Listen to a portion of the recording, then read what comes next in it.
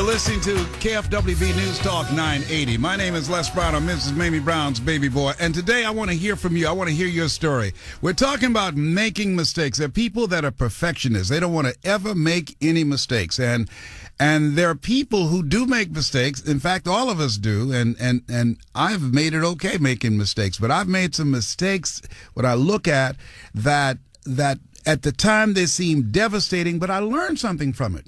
I made mistakes in relationships, people that I trusted, that I should not have trusted, that I gave them the benefit of the doubt, and they ended up taking advantage of me.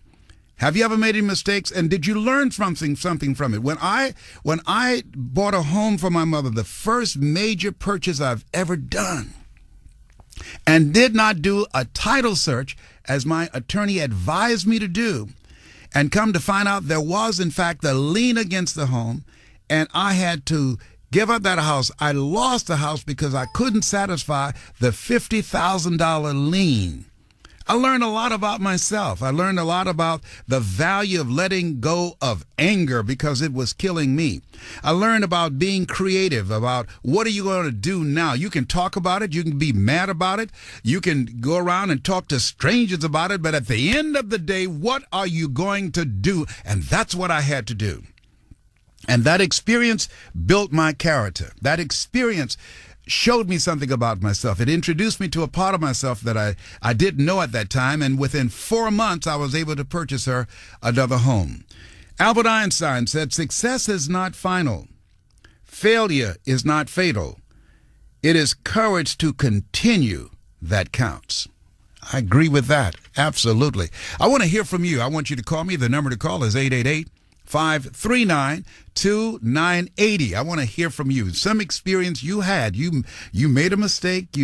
And maybe you even did it because somebody persuaded you and influenced you, or you just miscalculated, but you learned something from it.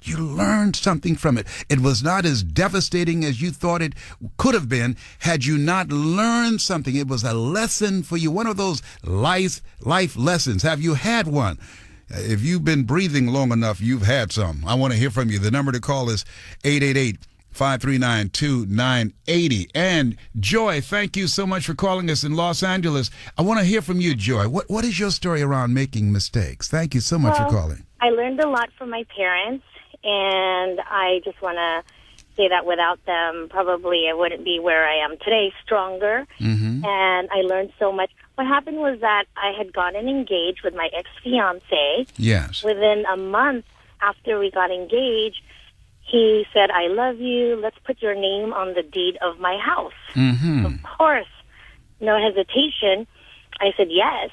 And my parents advised both of us not to do that because we were not yet married. We were just engaged. Yes. But I didn't listen. Mm-hmm. I signed all the documents. Yes. And then within another month, he decided to refinance his house. Mm-hmm. I didn't realize at the time that it's because he used my credit. Oh. To get money out of the house. To get money out of the house. So he was leveraging your credit because his credit was not strong enough. Apparently, and I wasn't aware of that. Why didn't you listen to what your parents said? Because you know they had your interest in, huh? I was in love. Oh, you were in love, yes. Like blinded. Yeah, blinded, yes. And of course, why wouldn't I trust my fiancé at the time? Mm-hmm. He pledged his love to me, and my parents liked him too. So it wasn't like, and I just didn't listen. I just was consumed with the pre-wedding planning. And what happened after that, he broke up with me. He broke up with you? Yes, he canceled the engagement. After he got the home refinanced? Right. And took the money and ran? Yes. Did you put a contract out on him? I wanted to. I know. Look, I want to help you, and I don't even know him or you. Oh, my God. You know, there's some evil people in this world. There are some low-life people. Huh? Say it again. There's some low-life people in this world, unscrupulous people in this world. So how did you deal with that, Joy? Well, I just had to start all over again, and I found out when I had to purchase a car, the dealer ran my credit and told me I had a default, because what had happened was that since my name was on the house and the mortgage, he had sold his house but didn't pay one of the month's rent when we broke up. Mm-hmm. So it showed a default under my name, and I had no idea so that was months after. So what did you learn from that, Joy? What was the lesson for you in that? To listen to my wise parents. They were wise about it. They said, do not sign any documents, especially those type of documents, before you get married. You know, Mark Twain said, the older I get, the smarter my parents become. Wow. You know what? Yeah. I learned the hard way, but I value their opinion, and I've never done that again. So thank goodness for wise parents. Absolutely. Listen, thank you for listening, and thank you for calling in to share your story. No, thank you. I appreciate you sharing your story as well. All right. Thank you so much. You take care now. Thank you. Bye now. I want to go to line 2 right now. Rose, thank you for calling in from Orange County. Tell me, what is your story around making mistakes, Rose? Well, this was a while back. This was back in 1980, but I was married for about 12 years. Mm-hmm. My husband wanted to go into business and open up a company for himself.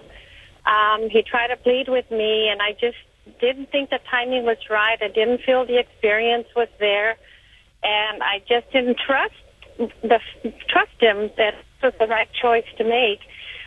He was very persistent, and then to the point he threatened me with divorce. But in April, he said that first that I didn't love him or care enough for him, or he would do this. And after he said that, well, you know, if I didn't do this, that he would divorce me because he was going to go into business.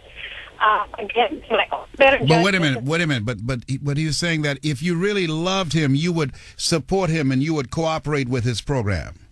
Absolutely, that I didn't believe in him. And it caused a lot of mind thinking, you know, do you really love him? Do you want to believe him? But all inside, I mean, there's a gut-wrenching feeling that says no. And we had 2 small children.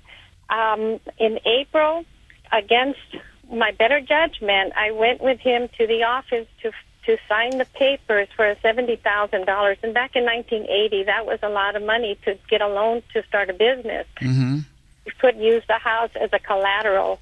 I was in that office and crying and still trying to get out of signing the papers. And the people there were watching me. The person that was taking my signature was watching, and I didn't learn till later that he should not have accepted my signature. But against my own better judgment, I signed the papers with my husband there.